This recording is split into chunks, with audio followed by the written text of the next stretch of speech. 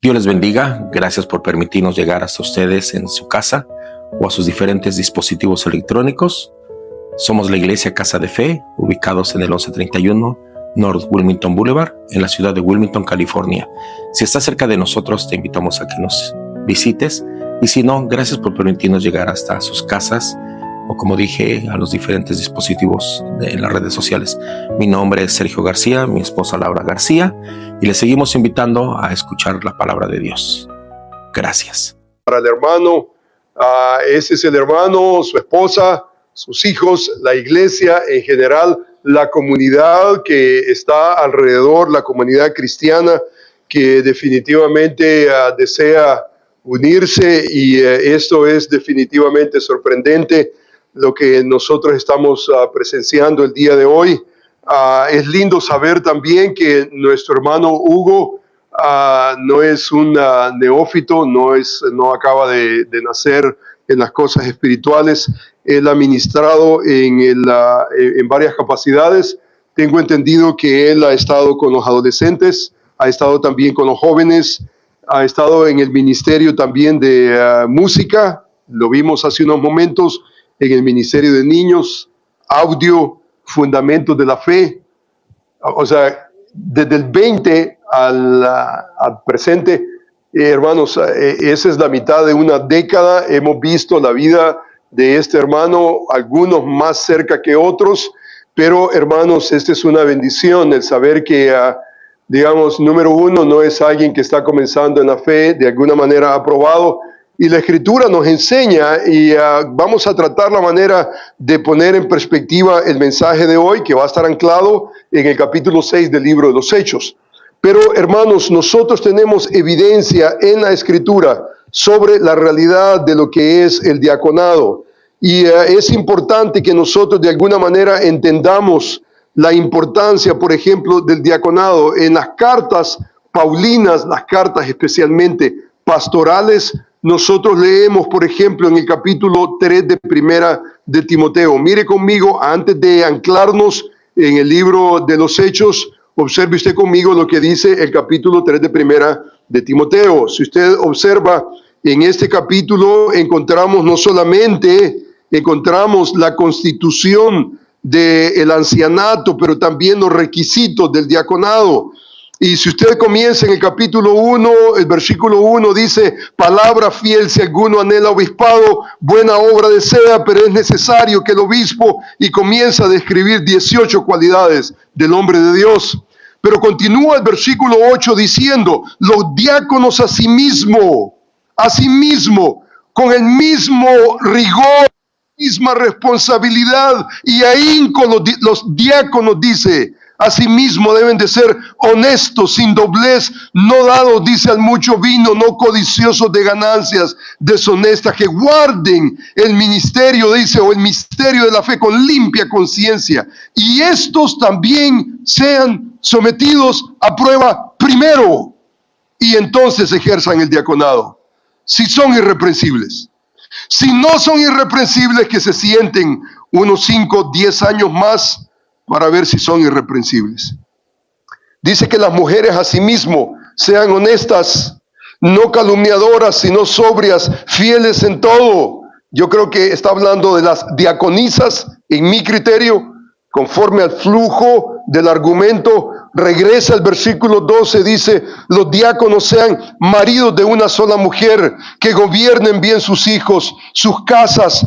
Dice: porque los que ejercen bien el diaconado ganan para sí un grado honesto y mucha confianza en la fe que es en Cristo Jesús. Esta es la evidencia bíblica que tenemos. O sea que el diaconado no es un invento nuestro, no es un invento de la iglesia, no es un invento del hermano García, ni mío, no es un seminario.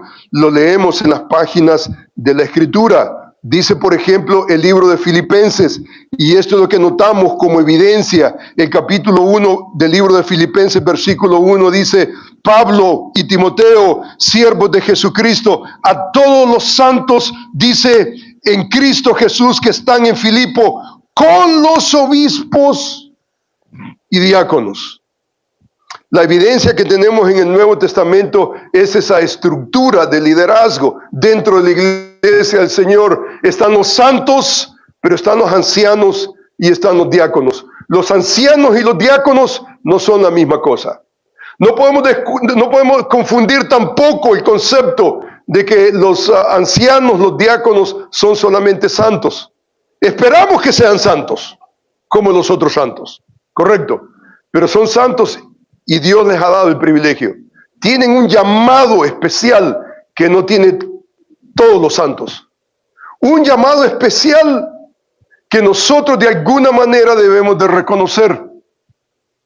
Ahora, hermanos, la porción que vamos a tratar el día de hoy, la porción que vamos a tratar es una porción muy, pero muy interesante, de varios ángulos, Lo primero que me gustaría que usted observara que el diaconado número 1 no es una idea que la iglesia inventó, es una idea que la iglesia respetó y ha respetado hasta el día de hoy. En el libro de Romanos, por ejemplo, nosotros leemos, mire conmigo el capítulo 16 del libro de Romanos. En el libro de Romanos nosotros leemos esta nota muy interesante. En el capítulo 16 dice: os recomiendo además nuestra hermana Febe, la cual es diaconisa de la iglesia en Cencrea, que la recibáis en el Señor, como es digno de todos los santos, y que le ayudéis en cualquier cosa que es necesaria. Dice que le ayudéis, en cualquier cosa que necesite de vosotros, porque ella ha ayudado a muchos y a mí mismo. Está hablando de una diaconisa. Yo creo firmemente no solamente en el diaconado masculino, pero el diaconado también femenil. El ancianato es otra categoría. El ancianato es, como decimos, is a different animal. All together, completamente. Es otra realidad. Especialmente cuando entendemos lo que es el diaconado. Cuando entendemos lo que es el ancianato, entonces nos damos cuenta que la Escritura hace una exclusividad al hombre como líder, como cabeza, hombres que están al frente. Pero creo yo que el diaconado es compartido, tanto mujer como hombre, y lo que acabamos de leer es el argumento que nosotros tenemos básicamente en la Escritura. El libro de los Hechos nos habla acerca de la historia. El libro de los Hechos es interesante porque son los primeros 30 años de historia que nosotros tenemos preservado en un libro. Son 28 capítulos y en esos 28 capítulos Lucas, el doctor Lucas, nos narra una historia increíble, cómo la iglesia vivía, qué es lo que la iglesia practicaba. Nosotros lo observamos en el libro de los Hechos. Y entonces el pasaje que vamos a tratar, algunos lo han cuestionado, que eso no tiene que ver con los diáconos. Vemos otros campos, otros círculos, teólogos cristianos, donde atestiguan que el capítulo 6 definitivamente es un rasgo del diaconado. Ahora, mi posición, hermano, en el capítulo 6 básicamente es la siguiente. El capítulo 6 encontramos esos rasgos de lo que debería de ser un diácono. Si auténticamente es el diaconado o no, no sabemos con certeza. El vocabulario que encontramos en el pasaje definitivamente muestra ciertos elementos que son definitivamente importantes. Me gustaría que abra usted el libro de los Hechos, el capítulo 6, y vamos a aprender de esta porción bíblica. Voy a leer la palabra de nuestro Dios y dice de la siguiente manera. Dice, en aquellos días, dice, como crecía el número de los discípulos, hubo murmuración de los griegos contra los hebreos, que las viudas de aquellos eran desatidas en la distribución diaria. Entonces los 12 convocaron a la multitud de los discípulos y dijeron: no es justo que nosotros dejemos la palabra de Dios para servir a las mesas. Buscad pues entre vosotros, dice el versículo, buscad pues, hermanos, de entre vosotros a varones de buen testimonio, llenos del Espíritu Santo y de sabiduría, a quienes encarguemos de este trabajo, y nosotros persistiremos en la oración y en el ministerio de la palabra. Agradó la propuesta a toda la multitud y eligieron a Esteban, varón lleno de fe y del Espíritu Santo, a Felipe, Prócoro, Nicanor, Timón, a Parmenas y a Nicolás, prosélito de Antioquía, a los cuales presentaron los apóstoles, quienes orando les impusieron las manos, y creció la palabra del Señor, y el número de los discípulos se multiplicaba grandemente. En Jerusalén también muchos de los sacerdotes obedecían a la fe. Oremos al Señor. Amantísimo Padre, quiero agradecerte, Señor, por tu palabra. Yo te agradezco, Señor, porque tu palabra tiene poder para sobreedificarnos. Y aquí estamos, Señor, ante tu palabra. Estamos abriendo esta porción bíblica y queremos, Padre bendito, de que tú la bendigas en nuestros corazones. Yo te ruego, Señor, que tu Espíritu Santo nos haga ver las maravillas de tu ley. Señor, que podamos, Señor, estar maravillados y que podamos, Señor, estar convencidos de que tu sabiduría no se puede comparar a la sabiduría del hombre. Tu sabiduría, Señor, es insondable. ¿Quién de nosotros tiene la capacidad para ahondar las profundidades de tu palabra, de tu sabiduría? Señor, venimos con mucha humildad delante de ti. Y venimos suplicando de que tú, Señor, que tu Espíritu Santo nos habilite para poder ver las bellezas de tu palabra. Muy en especial yo quiero rogar por Hugo. En este día, Señor, este día es especial. Es un día especial porque creemos, Señor, que tú has llamado a este varón para una asignación especial. Señor, este es un día histórico que va a marcar la vida de nuestro hermano. Y nosotros nos estamos uniendo, abriendo tu palabra y reflexionando, Señor, sobre la realidad. Mi hermano Hugo tiene a su esposa a la par y es un privilegio saber de que su esposa está al lado de él.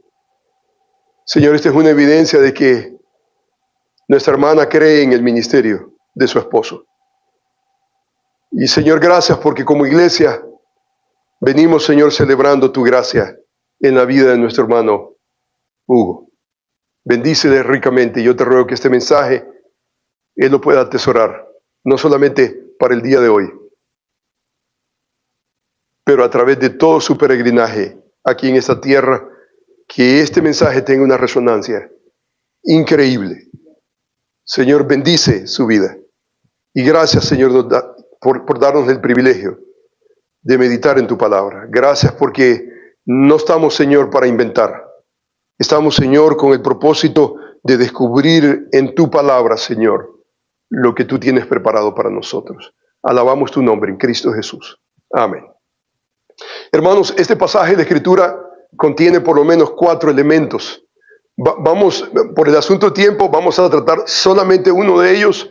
Pero, hermanos, número 1, usted puede ver en este pasaje bíblico un desafío. Leímos de un desafío.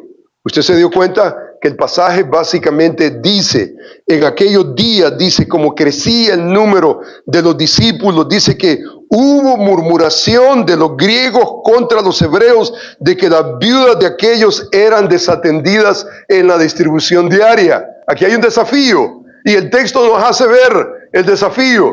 Y esto es interesante, hermanos, porque Lucas no está interesado en crear un idealismo, la iglesia ideal. No existe iglesia ideal. No existe idealismo cero absoluto. En este lado de la eternidad no va a existir un pastor perfecto, un diácono perfecto. Gracias a Dios que no vamos a encontrar una iglesia perfecta. Todos estamos en nuestro peregrinaje y todos vamos avanzando. Cuando crucemos el otro lado del río, la eternidad, entonces en eso vamos a experimentar una dimensión. Y entonces la Biblia habla de la glorificación.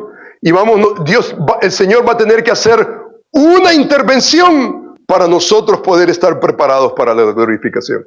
A este lado de la eternidad necesitamos tratar con realidades.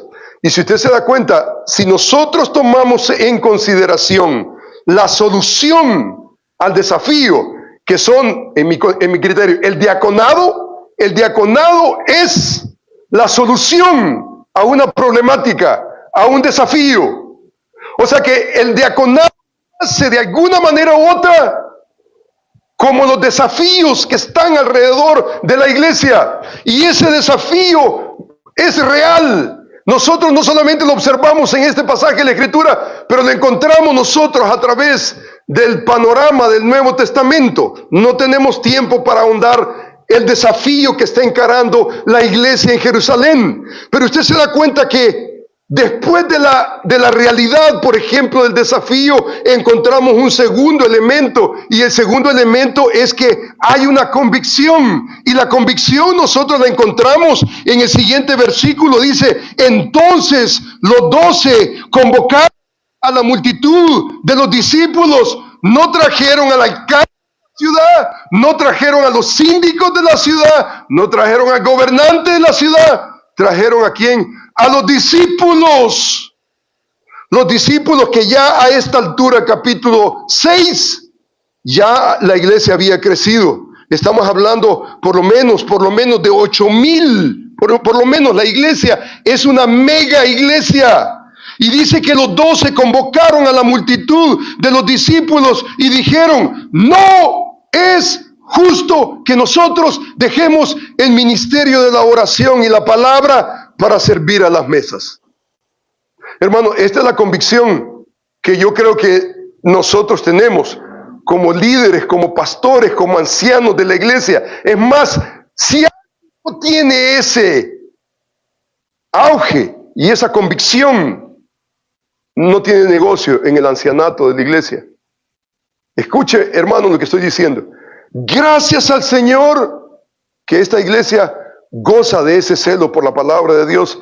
Hay esa convicción al punto. ¿Qué es lo que nosotros estamos viendo con esa convicción? Liberar a los hombres de Dios. ¿Para qué? Para el ministerio de la palabra y el ministerio de la oración. El diaconado es ese. Ahora, la pregunta aquí surge. Esto es una afinidad increíble. Esto no solamente define al hombre de Dios, el ancianato. Es cierto que este es el apostolado, pero más adelante usted ve la historia en el libro de los Hechos, y usted observa que hay una transición. Es más, en el capítulo 15 desaparecen los apóstoles. El único que queda básicamente es el apóstol Pablo. Pero aquí no hay apostolado ya más, y hay una transición, y es la transición normal del apostolado al ancianato. Y yo creo que nosotros como ancianos somos responsables. Yo veo, por ejemplo, la iglesia que pastoreo. Para mí es una bendición increíble. Una bendición porque ellos han logrado ver la convicción del ministerio pastoral. Se han dado cuenta de la necesidad de que alguien esté, que haya un grupo, que hagan hombres, que hagan un ancianato, hombres que lo que el ministerio de ellos es el ministerio de la palabra y de la oración. Es una bendición que el pastor pueda ser liberado, que no tiene la preocupación de hacer cosas que diáconos pueden hacer. El diaconado es liberación, es decirle al pastor: pastor, haga lo que solamente usted puede hacer, el llamado que Dios tiene para usted. Eso es lo que es el diaconado. El diaconado básicamente es habilitar al pastor. Es más, el propósito del diaconado en una iglesia local es asistir a los ancianos en la obra del ministerio de la palabra de Dios, la oración, con el fin que la iglesia no se estanque, sino que la iglesia crezca. ¿Usted se recuerda la nota del versículo 7? La nota del versículo 7 como un fin realmente es: y ¿cómo comienza el versículo 7? Y como forma de continuación. Ese que hay es continuación, no es un pero, sino y como resultado. No solamente la convicción de los 12, pero pareció bien a toda la congregación. La congregación dijo: esto es lo que la iglesia necesita en esta encrucijada. No queremos quedar atorados en el desafío. Queremos nosotros progresar. ¿Y cómo progresamos? Yo recuerdo, por ejemplo, en un tiempo, mi esposa sabe, hubo un tiempo en Iglesia Bíblica Berea que yo era básicamente el ministro batería y hacía y deshacía. Pero ese no es el plan de Dios, de ninguna manera. Gracias a Dios que temprano me di cuenta que ese no es el modelo. Un pastor no es el modelo, es el ancianato en la iglesia. Hay ministros que están alrededor apoyando el ministerio pastoral. Por ejemplo, yo he estado casi 30 años en la iglesia Berea y hermanos, yo le doy gracias al Señor que la iglesia me ha liberado a mí para poder formar mi desarrollo teológico. Gracias al Señor que la iglesia no solamente me ha dado la oportunidad, no solamente me ha dicho, y esto es importante, hermanos, porque yo observo iglesias, por ejemplo, que toleran al pastor que estudie. Iglesia Bíblica Berea a mí no me ha tolerado, enfáticamente, con mucha gracia, con mucha alegría, con sacrificio. La iglesia se ha dado cuenta que el pastor necesita ser preparado. Debe de ser un hombre de Dios capaz para trazar bien la palabra de verdad. Esto es una bendición. Por ejemplo, esta semana salimos para Costa Rica. Yo salgo para Costa Rica con 2 misiones. Por un lado, llevo una pareja, mi esposa y yo vamos, y esa pareja la estamos básicamente entrenando para el ministerio. Es un hombre que ya está por graduarse de maestría en divinidades. Él va a estar enseñando conmigo y lo que nosotros hacemos básicamente es, entendemos nosotros que nuestro ministerio tiene una fecha de caducación. Yo no voy a estar aquí perennemente. Entonces, ¿qué es lo que yo hago? Yo estoy invirtiendo en la siguiente generación. Y la mayoría de los hermanos que están a mi alrededor, vos conocés al hermano Servín, el hermano Iván, el hermano Roberto Cora, hermanos que han terminado sus programas. ¿Y qué es lo que nosotros hacemos? Invertimos en la vida de estos hombres. Estamos invirtiendo, porque sabemos que no vamos a ser perennes. Y ya están haciendo la obra del ministerio. Estaba, por ejemplo, hablando con el hermano Cora esta semana pasada. Por ejemplo, él enseñó el miércoles pasado, iba a enseñar del Salmo 29, me estaba hablando de estructura. Unos diálogos tan, pero tan preciosos alrededor de la palabra de Dios. Es increíblemente precioso. La conversación cambia, los diálogos completamente cambian.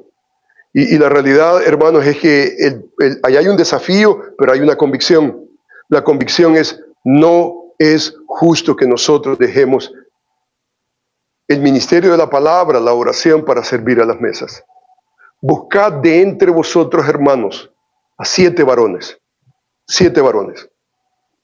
Ahora, hermanos, si nosotros nos quedamos solamente con este pasaje y no lo vemos en su contexto amplio, nosotros nos vamos a atorar y vamos a tener una perspectiva muy limitada. Y yo no quiero que usted tenga un concepto, una perspectiva limitada del diaconado. Así que, Hugo, yo quiero que tú aproveches este aspecto, porque esto es importante. Encontramos el desafío, encontramos una convicción, y entonces, si usted se da cuenta, después de la convicción hay una solución. Y entonces, ¿la solución cuál es? 7 varones, correcto, 7 varones. Y entonces, número 4, encontramos nosotros el resultado. ¿Cuál es el resultado? La iglesia no se quedó atorada en el problema. La iglesia continuó y crecía, dice la Escritura. Precioso. ¿Y crecía qué cosa? La palabra, dice, de Dios. La palabra crecía, la palabra del Señor. La palabra del Señor crecía. El énfasis de Lucas, ¿cuál es? La palabra crecía a través del ministerio docente de los hombres que están encargados del ministerio de la palabra y la oración. ¿Cuál es el resultado? Básicamente hay un resultado numérico y hay un resultado también de discípulos. Aquí vemos un crecimiento no solamente numérico, pero es un crecimiento de calidad. Y yo creo que el énfasis de Lucas es el crecimiento de calidad, viendo que el ministerio de calidad va a traer resultados en los números. Usted no quiere crecer solamente en número, usted quiere crecer en calidad. Y lo único que va a traer esa calidad es el ministerio de la palabra de Dios en la vida de la iglesia, en la vida de una esposa, en la vida de un joven, en la vida de un anciano. La palabra de Dios dice que tiene poder para sobreedificar. Y entonces necesitamos nosotros, ancianos que estén liberados, ancianos que estén liberados. Yo recuerdo cuando yo le dije a la congregación, yo creo que el Señor me está llamando a hacer un doctorado. Y la iglesia dijo, pastor, nosotros vamos a invertir en su educación. Hacer un doctorado es invertir casi en una biblioteca. Yo tengo una biblioteca que yo tengo que heredar, tengo que pensar en el siguiente hombre que Dios va a utilizar. Yo he invertido miles y miles de dólares, mi esposa sabe. Yo entro a una biblioteca y mi esposa tiene que decirme, be careful. O sea, mucho cuidado, porque para mí los libros son... Ahora, hermano, yo no hablo de cualquier libro, Hay libros que no valen la pena, pero hay libros de libros. Yo creo que un buen libro tiene que ser de alguna manera madurado. El próximo mes sale un libro que yo estoy escribiendo. Un estudiante me dice, por ejemplo, pastor, ¿cuánto le tomó escribir ese libro? Escribí básicamente el libro que va a salir para una conferencia que vamos a tener en julio, y yo ya escribí 3 tomos. Ese va a ser el primer volumen. Y me pregunta cuántos años le tomó o cuánto tiempo le tomó escribir. Esos son, mi esposa y yo sabemos, eso es un resultado de 30 años. Es madurar básicamente un tema y tratar básicamente y dejar una herencia para la siguiente generación. Hermano, eso de escribir, eso de estudiar, hermano, eso toma tiempo. Eso toma tiempo y alguien de la iglesia tiene que liberar a ese hombre. Yo estoy madurando, por ejemplo, un tema en este momento, va a salir el día más adelante, tal vez de aquí a 3 años, va a ser tal vez, no sé, 5 tomos, no sé, pero básicamente yo estoy madurando a través de un doctorado, un segundo doctorado. La iglesia sabe que su pastor está constantemente, no solamente está conectado con una generación, tratando de manera de ayudar a la siguiente generación, pero ¿qué es lo que está haciendo el pastor? Eclesiastés dice, tanto más sabio fue el predicador, tanto más enseñó sabiduría al pueblo, e hizo escudriñar, y compuso proverbios. Dice que la sabiduría de un pastor es como clavos hincados, la de los maestros de las congregaciones. O sea, pero eso no viene de la noche a la mañana. Eso es todo un proceso. Y es un proceso no individual, sino que es un proceso colectivo. Entonces, el desafío que nosotros vemos acá es real. El desafío está ahí. El desafío es inevitable en toda iglesia. ¿Cuál es la solución? El diaconado. En mi consideración, esa solución es el diaconado. Y entonces, ¿qué es lo que hace el diaconado? Liberar. Es decirle al ancianato, hagan su trabajo y esmérense en hacer su trabajo. Alguien tiene que tener manejo del libro de Dios con destreza. Y esos son los pastores, son los ministros, son los ancianos. Entonces, aquí hay una diferencia de trabajo, de ministerio. Y allí se va cuajando de alguna manera el ministerio del diácono. ¿Qué es el ministerio del diácono? Liberar al anciano para que haga su obra. No es justo que nosotros dejemos el ministerio de la palabra, la oración, para servir a las mesas. ¿Qué hace servir a las mesas? Ahora, el término servir a las mesas es muy interesante, porque servir a las mesas tiene que ver con todo trabajo en una casa, en una hacienda, donde son cosas cotidianas, del diario vivir. Pueden ser finanzas, pueden ser las mesas en una manera concreta, cualquier cosa que requiera orden, puede ser el sonido, puede ser la adoración, puede ser el aire acondicionado, puede ser cualquier cosa. Si alguien no arregla el aire acondicionado, entonces al final ¿a quién le toca? Los ancianos, al pastor. No queremos nosotros. Yo le doy gracias al Señor. Estamos en este momento en construcción, por ejemplo, toda una construcción. Un dedo yo ya no lo puedo meter. Yo me acuerdo, mi esposa sabe, arrastrado allí en el piso, que a mí qué me importa. mis alcances académicos no me van a robar el privilegio de servirle a mi Dios trapeando, barriendo. A mí qué me importa. Todo lo que nosotros hacemos para el Señor dice que nada va a quedar sin recompensa. Entonces estamos en directa, pero aquí el asunto es, no podemos hacerlo todo. No podemos hacerlo todo. Y entonces aquí vemos nosotros una reseña histórica de lo que está ocurriendo. Hay un desafío. No podemos quedarnos atorados. No, necesitamos nosotros avanzar. ¿Y cómo avanzamos? Con el libro abierto. El Evangelio es una expresión del libro abierto. Y entonces necesitamos habilitar a los ancianos de la iglesia. Y entonces los diáconos están ahí y están ahí para eso. Y entonces lo que quiero que usted observe, hermanos, en el tiempo que nos queda. ¿Cuánto tenemos, hermanos? ¿Ya? ¿5 minutos? ¿No? No. Ok, muy bien. Vamos, hermanos, a tratar la manera de observar este pasaje de la Escritura. Mire conmigo el versículo que está concentrado en el capítulo 6. Dice, buscad, versículo 3. Buscad, pues, hermanos, de entre vosotros a 7 varones, dice, de buen testimonio, llenos del Espíritu Santo, de sabiduría, a quienes encarguemos, ¿de qué cosa? Este trabajo. O sea, esto, hermanos, no es un título.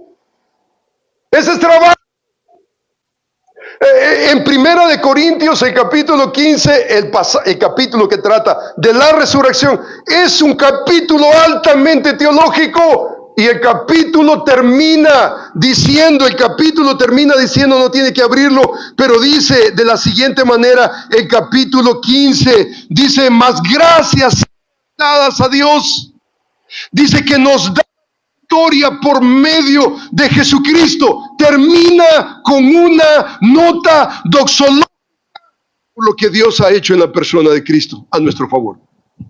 Pero el último versículo dice, así que, hermanos míos amados, estad firmes, constantes, creciendo en la obra del Señor siempre. Hermanos, esto es intensidad. Usted se da cuenta, hermanos míos amados, estad firmes en la obra del Señor es una cosa, pero estad firmes, constantes, creciendo en la obra del Señor, sabiendo que vuestro trabajo en el Señor no es en vano. Hermanos, no importa lo que hagamos para el Señor.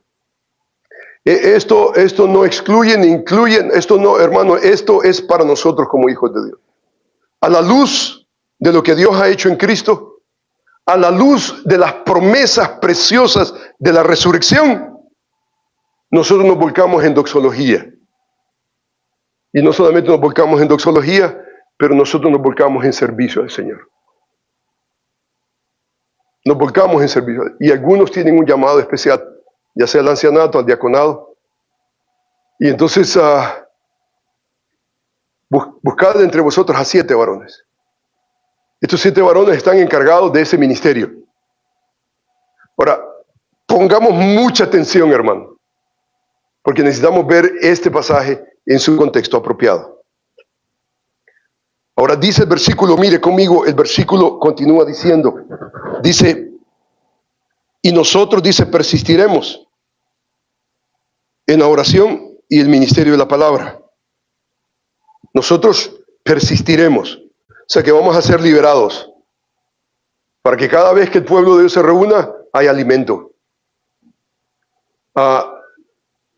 Ustedes leen la historia, especialmente en el Nuevo Testamento, la iglesia cristiana adoptó su manera de liturgia, la aprendió de la sinagoga. Y en la sinagoga había una norma, y la norma era, leían la ley, y entonces había un desafío. Por ejemplo, Pablo recibió ese desafío, Jesús recibió ese desafío. Si tenéis una palabra de exhortación, hablad al pueblo. ¿Cuál es la implicación? La implicación es que si nosotros no tenemos una palabra de exhortación, cállate. Pero si tenemos una palabra de exhortación, hablad. Y ese debería ser el orden. Y para nosotros ese es el orden en la iglesia cristiana. La iglesia cristiana, el púlpito tiene que estar maduro. El púlpito tiene que ser sólido, definitivamente sólido. Y el diaconado básicamente lo que hace es liberar. Y entonces, si usted se da cuenta, esos 7 nombres que nosotros encontramos ahí, observe usted conmigo: Esteban, Felipe, por ejemplo, Prócoro, Nicanor, Timón, Parmenas, Nicolás. Usted se da cuenta. Usted observa algo muy interesante, muy interesante. Por ejemplo, Esteban es mencionado en el Nuevo Testamento 8 veces. Felipe, ¿cuántas veces cree usted que es mencionado Felipe? ¿Felipe? ¿Alguien? Esteban, Felipe. Esteban es mencionado 8 veces. Felipe es mencionado 16 veces. ¿Sabe cuántas veces es mencionado Prócoro? 1. Nicanor, 1. Timón, 1. Parmenas, 1. Nicolás, 1. O sea que estos son apax legómenas. O sea, el único lugar en que estos últimos 5 son mencionados es el pasaje que tenemos ahí. El único. O sea que de ellos no podemos aprender mucho. Pero de Esteban y de Felipe podemos aprender mucho. Y Hugo, pongámosle ojo, Hugo, pongamos ojo a esto. Muy, pero muy importante. A mí esto, hermanos, es el diaconado bíblico. Esto es el diaconado bíblico dentro de su contexto. Es cierto que el diaconado es para servir a las mesas, para los ancianos de la iglesia. Ustedes son llamados a hacer. Pero, aquí hay un pero. Y es un pero que yo quiero que usted vea. Y ese pero tiene que ver con el contexto de estos 2 individuos, de quien podemos aprender, de Esteban. Ahora, hermanos, dice que Esteban, un varón, dice, de fe, lleno del el Espíritu Santo. O sea, no tenemos tiempo para observar esta realidad, pero hermano, yo quiero que vea por lo menos un elemento. Mire conmigo el versículo dice de la siguiente manera: agradó, el versículo 5, agradó la propuesta a toda la multitud y eligieron a Esteban, varón lleno, número 1, de fe, del Espíritu Santo, lleno de fe y del Espíritu Santo. Era un hombre lleno de fe del Espíritu Santo. Ahora, ¿cuál es la implicación? La implicación que Felipe y Prócoro y Nicanor y Timón y Parmenas, estos eran también hombres de fe y del Espíritu Santo. Pero aquí hay una singularidad muy interesante. Si usted observa, por ejemplo, el versículo dice: buscad de entre vosotros a varones de buen testimonio. Dice: llenos del Espíritu Santo y de sabiduría. O sea, ¿quiénes son estos ancianos? Perdón, estos diáconos. Son cualquiera. No son cualquiera. Son hombres llenos del Espíritu Santo, llenos de fe. En el versículo 3 dice: buscad a hombres de buen testimonio, llenos del Espíritu Santo. ¿Y de qué cosa? De sabiduría. O sea que estos no son ignorantes. Estos tipos no son ignorantes de los miles que el Señor ha salvado ya a este punto del capítulo 6. Hermanos, de los miles de discípulos, esta era la casta de la casta. Estos no eran cualquier monigote ahí, cualquier pelón, como yo ahí, que no, está arrastrado ahí. ¿Y quién es? ¿Quién sabe? No, buen testimonio, llenos del Espíritu Santo, llenos de sabiduría. Ahora, hermanos, sigamos rápidamente el énfasis de lleno del Espíritu Santo. ¿Qué significa ser lleno del Espíritu Santo? Hermanos, hay solamente un pasaje en el Nuevo Testamento donde se nos habla acerca de ser llenos se nos pide, se nos manda a ser llenos del Espíritu Santo. Mire conmigo el pasaje de la Escritura. Este es el libro de Efesios. Mire conmigo el capítulo 5 del libro de Efesios. El capítulo 5 del libro de Efesios. Mire conmigo este capítulo de la Escritura. El versículo, por ejemplo, comienza diciendo, mire conmigo el versículo 18. Versículo 18, Efesios capítulo 5, el versículo 18. ¿Lo tenemos, hermanos? Amén. Mire conmigo lo que dice el versículo 18. No os embriaguéis en vino en lo cual hay disolución. Antes, sed llenos del Espíritu. O sea, no os embriaguéis en vino en lo cual hay disolución. Antes bien, sed llenos del Espíritu. Ahora, hermanos, ¿qué es lo que hace? Dice, no os embriaguéis en vino en lo cual hay desilusión, hay destrucción. Dice, no os embriaguéis en vino. ¿Qué hace el vino? Controlar. Controla, ¿no es cierto? Controla a la persona embriagada. ¿Y qué termina diciendo este hombre cuando está embriagado? Sandeces. El vino lo ha controlado. Dice, no os embriaguéis en vino en lo cual hay disolución. Antes bien, sed llenos del Espíritu. ¿Y qué significa ser lleno del Espíritu? Hermano, una clave importante, hermenéutica. Usted lee el libro de Efesios, lee el libro de Colosenses, los dos libros son paralelos. Si usted no entiende algo en Efesios, usted lee Colosenses. ¿Y sabe cuál es la frase que utiliza el libro de Colosenses? Capítulo 3, versículo 13. Que la palabra de Cristo more en abundancia en vuestros corazones. ¿Sabe lo que significa eso, hermano? Para nosotros que queremos ser llenos del Espíritu Santo. Ser lleno del Espíritu Santo es que la palabra de Cristo more en abundancia en nuestros corazones. Esa palabra va a tener un control increíble en nuestras vidas, que nosotros no vamos a hablar lo que nosotros deseamos hablar, sino lo que el Espíritu de Dios quiere hablar a través de la palabra que Él ha inspirado. Y nosotros como diáconos necesitamos esa realidad. Estamos saturados de la palabra, llenos del Espíritu y llenos de ¿qué cosa dice? De sabiduría. Y hermanos, estos son los diáconos. Yo recuerdo que crecí, por ejemplo, mi esposa y yo crecimos en una iglesia, por ejemplo, al principio la iglesia creció, experimentó un avivamiento increíble y la iglesia explotó, pero de crecimiento precioso. Pero cuando nosotros llegamos a esa iglesia, era una iglesia de 40 miembros.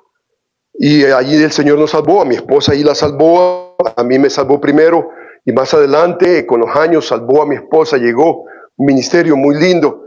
Ya el Señor estaba haciendo apogeo, pero yo me recuerdo que los hermanos hablaban y decían, imagínate tú, este es el concepto que se tenía del diaconado.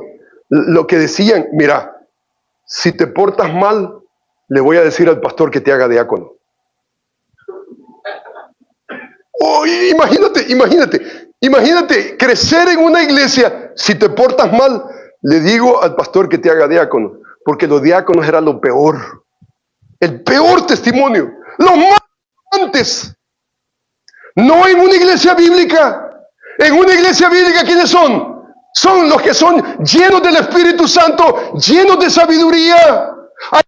Que cuando nosotros comenzamos a ver a Esteban, ¿cómo Esteban hace historia? Cuando ¿cómo Esteban historia y le costó la vida. No lo vemos sirviendo una mesa, lo vemos en un púlpito,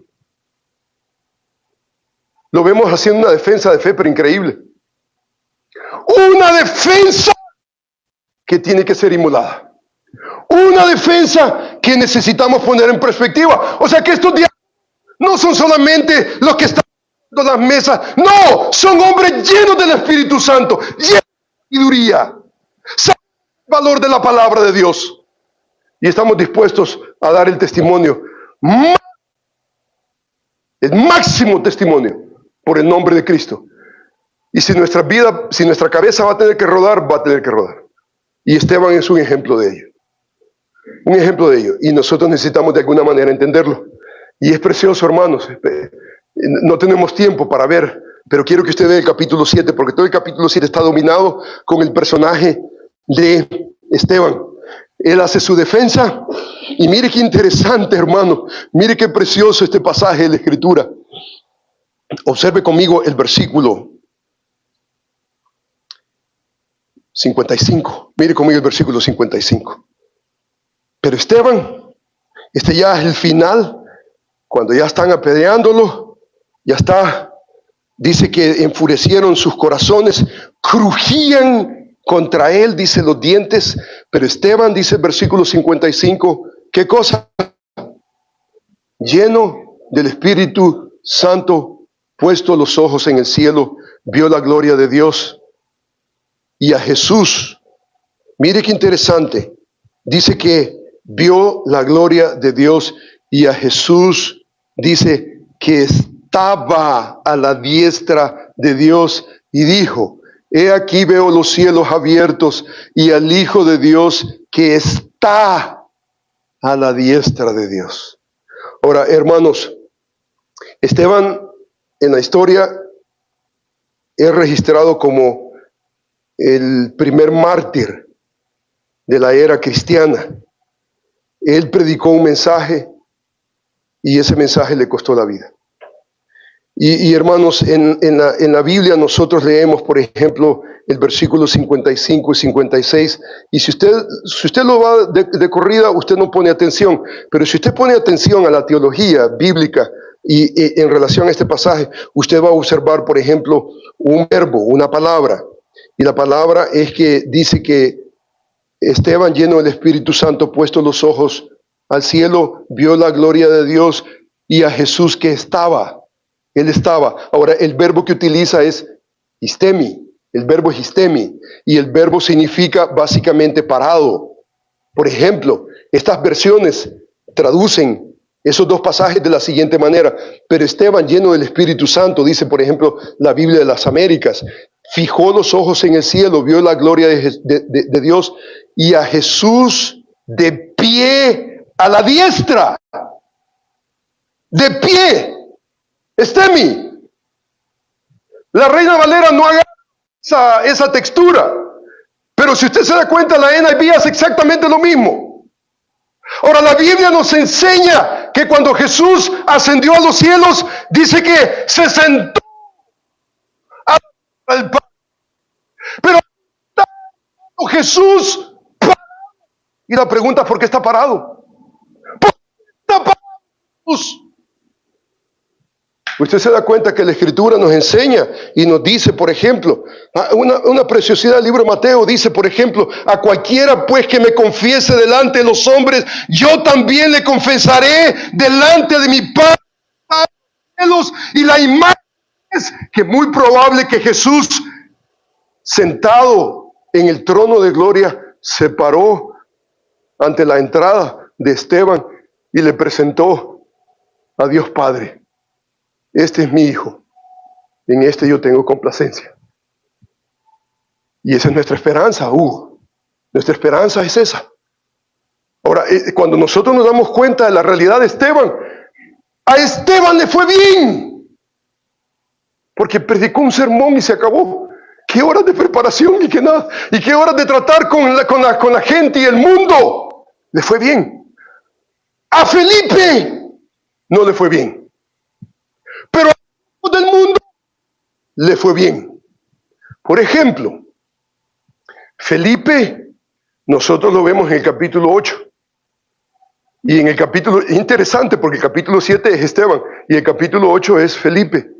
Y hermanos, nosotros no tenemos tiempo para observarlo. Usted lo puede ver, el capítulo 8 completo. Pero Felipe se envuelve en un ministerio en Samaria y crea un avivamiento tremendo. Mire conmigo, por ejemplo, rápidamente, solamente para darnos una idea, mire conmigo el capítulo 4, el capítulo 8.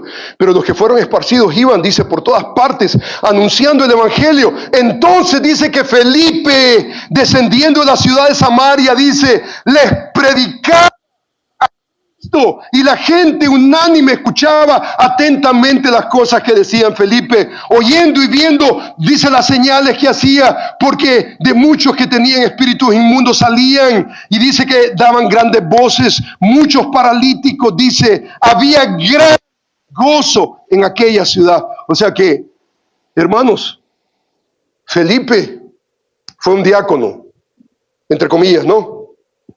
¿Y cuál es su historia? Limpiar las mesas. No, quieren hablar de las cosas espirituales. Ahí está mi papi, ahí está el anciano, ahí están los pastores. No, Felipe es historia. Felipe no es un ignorante. Esteban es ignorante. Cuando usted comienza a analizar el sermón de Esteban, es un sermón increíblemente, es un modelo de sermón. Cuando usted comienza a observar a Felipe, Felipe pasa a la historia como un hombre en el cual Dios utilizó para entrar un avivamiento en Samaria. No solamente eso, pero se recuerda más adelante el eunuco que venía de Candace, de África. La historia nos enseña que África recibió el evangelio. Cuando usted lee la historia de la iglesia, usted se da cuenta que los primeros 3 siglos de historia, ¿sabe dónde está el apogeo de la historia de la iglesia? En África. Y la pregunta de los grandes teólogos es ¿cómo entró el evangelio en África? Es muy probable que entró a través de esta cita que Dios orquestó. El Espíritu Santo le dijo a Felipe, deja el ministerio de Samaria, ve a un lugar desierto que desciende, dice, a Jerusalén de Gaza, el cual es desierto. Y allí Dios tenía a un hombre. Y mire conmigo el capítulo 8, mire qué interesante el capítulo 8.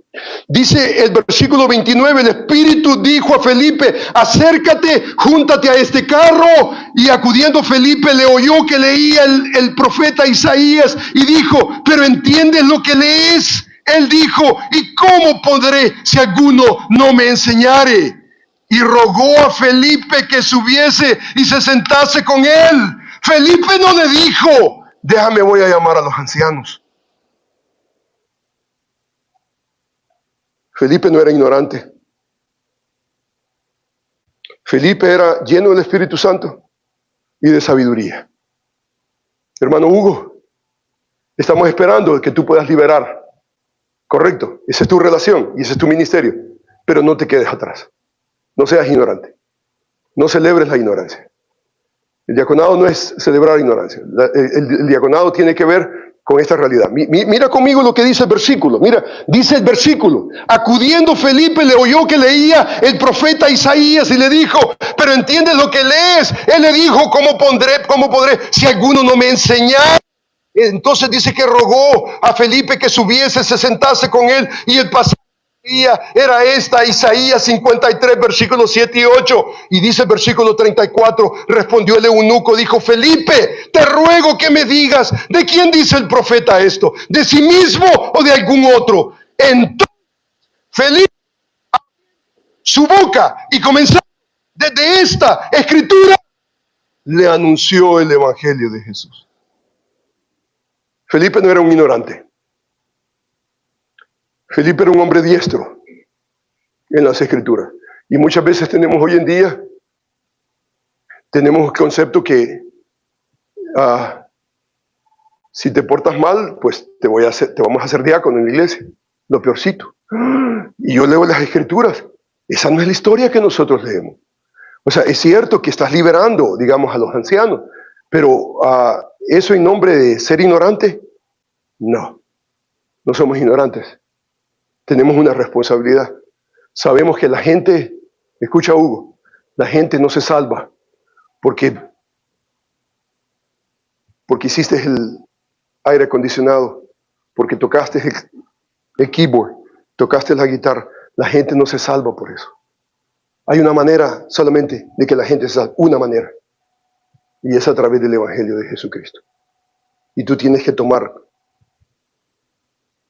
vos de alguna manera u otra. Tú te das cuenta que el Evangelio está entrando. Candace es África a través de este evento. Si Felipe hubiera dicho, no, es que yo soy diácono. So what? ¿Y qué es lo que se está esperando de un diácono? ¿No más que limpie una mesa? No.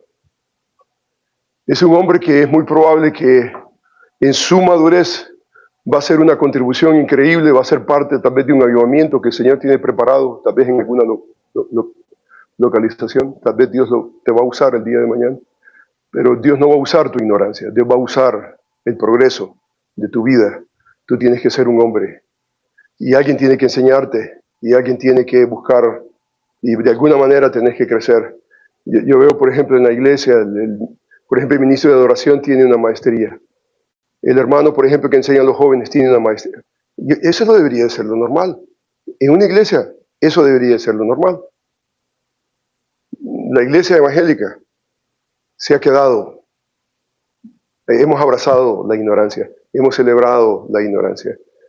Estamos en los tiempos, por ejemplo, de Oseas. Mi pueblo fue destruido porque le faltó conocimiento. Nosotros leemos en las Escrituras no solamente el desafío, pero de la convicción.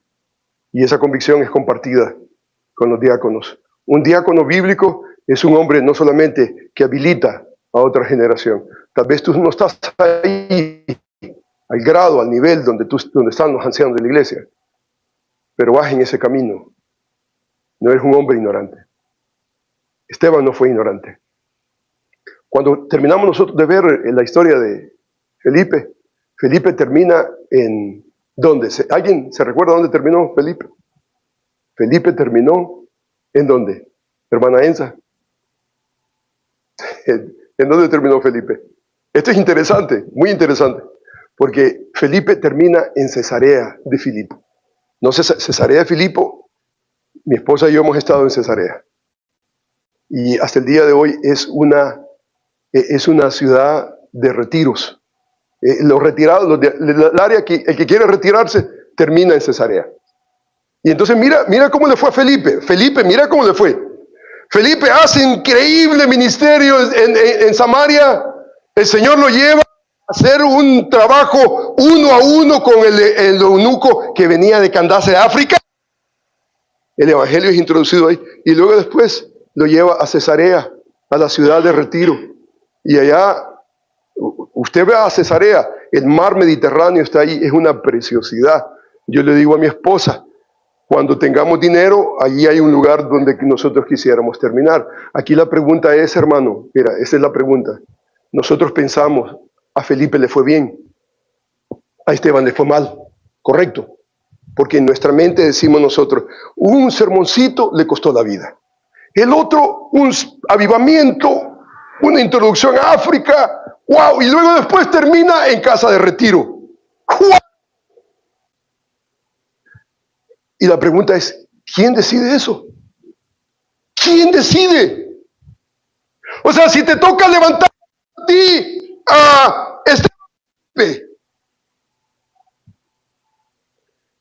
esa es la soberanía de Dios. Y necesitamos aprender a vivir en la soberanía de Dios. Nosotros no sabemos lo que el Señor va a hacer en tu vida, a través de tu vida, pero nosotros leemos esta realidad y nos damos cuenta que el ministerio del diaconado, dice el apóstol Pablo, dice, el diaconado dice, que sean, dice, maridos de una sola mujer, que gobiernen bien su casa, sus hijos, porque los que ejercen bien el diaconado ganan para sí un grado honroso y mucha confianza en la fe. Y hermanos, nosotros todos como iglesia debemos de tratar a nuestros hermanos diáconos con esa honra como resultado de su trabajo, de su ministerio. Esto no es un asunto solamente de Hugo, esto es un asunto de la iglesia del Señor. La iglesia local necesita comenzar a reconocer, la iglesia tiene que comenzar a darle esa honra al hombre que hace bien el ministerio del diaconado. Los que no hacen bien el ministerio del diaconado, que Dios los bendiga. Pero los que hacen bien el ministerio del diaconado nos ganan un grado honroso. Dentro del pueblo de Dios nosotros debemos de honrarlos. ¿Y sabe cómo nosotros los honramos? A mí me da tanto gusto, por ejemplo. Mire, hermanos, nosotros no estamos, hermanos, para, por ejemplo, de repente un hermano me trae una corbatita, hay que ponernos la corbatita, ahí andamos con corbatita, de repente andamos no solamente con el corbatín, pero andamos con un trajecito, de repente un hermano trae un par de zapatos, esta semana andaba un par de zapatos, mire, estos zapatitos así, usted me dice, yo los compro, no, pero si me los regalan, yo no tengo ningún problema, con que sean de mi medida, yo los hago. No tengo ningún problema. En momentos un hermano le trae un pan dulce, a alguien que se acordó, hizo tamales, le trajo un par de tamales. Y hermano, nosotros hermanos en el ministerio no estamos para tamales, no estamos para un par de zapatos, no estamos para, no estamos para eso. Pero ¿sabe qué es lo que significa cuando usted piensa en los líderes de la iglesia?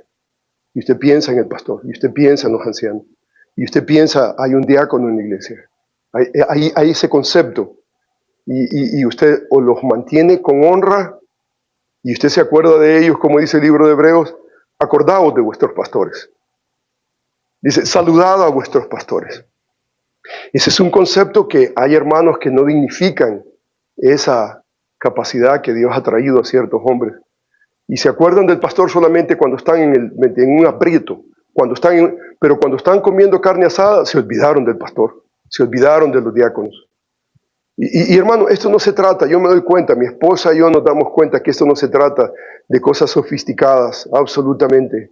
Hermanos, algo pequeño que muestre el cariño y que muestre la dignificación, el honor que nosotros como líderes tenemos. Hay hermanos en la congregación, por ejemplo, que Dios les ha bendecido. El libro de 1 de Corintios habla, conforme Dios le haya prosperado. No todos Dios ha prosperado, pero a los que ha prosperado, por ejemplo, yo me doy cuenta, hermanos, me dicen, pastor, su cumpleaños, aquí hay $5,000. ¿Cuánto? $5,000. ¿Y qué voy a hacer con $5,000? Yo comienzo a contar demasiado dinero. Pero usted se da cuenta, hay hermanos que no tienen $5,000. Hay hermanos que tomaron una foto y está usted, la pose está muy bonita, la hicieron en un frame, vienen y le dan. ¿Y cuánto le costó eso? $2. Alguien escribe unas palabras y le dice lo que significa. Y hermano, esa cultura necesitamos desarrollarla en la iglesia. Esa es una cultura de dignificación y de honor para los hombres que están haciendo la obra del ministerio con nosotros. Así que hermanos, yo tengo una oración el día de hoy yo creo que esta debería de ser la oración para todo diácono. Y en unos momentos yo creo que vamos a hacer un tiempo o una pausa para orar por nuestro hermano. Así que vamos en este momento a dar gracias al Señor por lo que hemos aprendido, que lo que hemos aprendido, hermano Hugo, debemos de llevarlo cada momento de nuestra vida. Esto no es un asunto solamente del hoy, ese es un asunto que tiene que tener resonancia en cada aspecto de nuestro ministerio. Oremos al Señor. Amantísimo Padre, yo quiero agradecerte, Señor, por la vida de esta iglesia. Quiero darte las gracias por mi hermano Sergio García. Gracias por su esposa. Gracias por el privilegio que les permite, Señor, de crecer en la obra del Señor, siempre sabiendo que su trabajo en el Señor no es en vano. Y Señor, yo te agradezco mucho, Señor, por la vida de mi hermano Hugo. Quiero suplicar por él y su esposa. Quiero rogar, Señor, que tú puedas darles el cuidado y la protección que ellos necesitan, la sabiduría, que juntos ellos puedan pensar cómo podemos crecer en el conocimiento, la sabiduría de Dios. Yo te suplico, Señor, de que tú les abundes, que ellos puedan, Señor, tener una iglesia amadora que dignifique, que honre a los hombres que ministran entre nosotros. Señor, yo te alabo, te bendigo por lo bueno que tú eres. Aquí estamos delante de ti.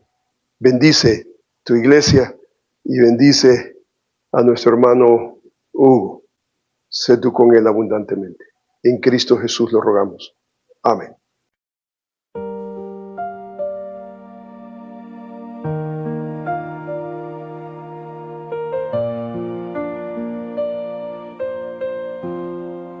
Jehová es mi pastor, nada me faltará.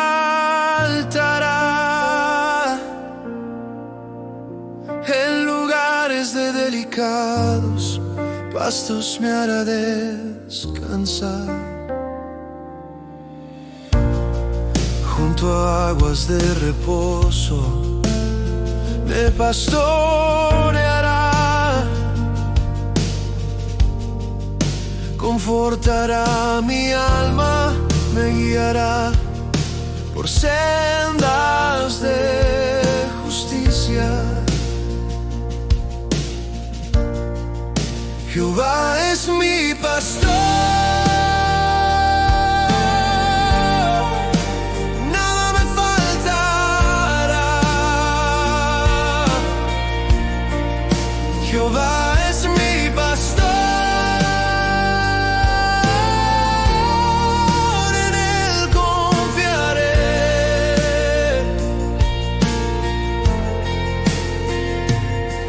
Aunque ande en valle de sombra de muerte,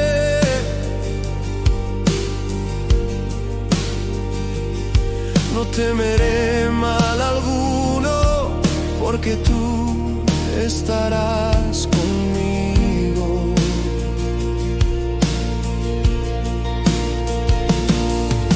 Tu vara y tu cayado me infundirán aliento.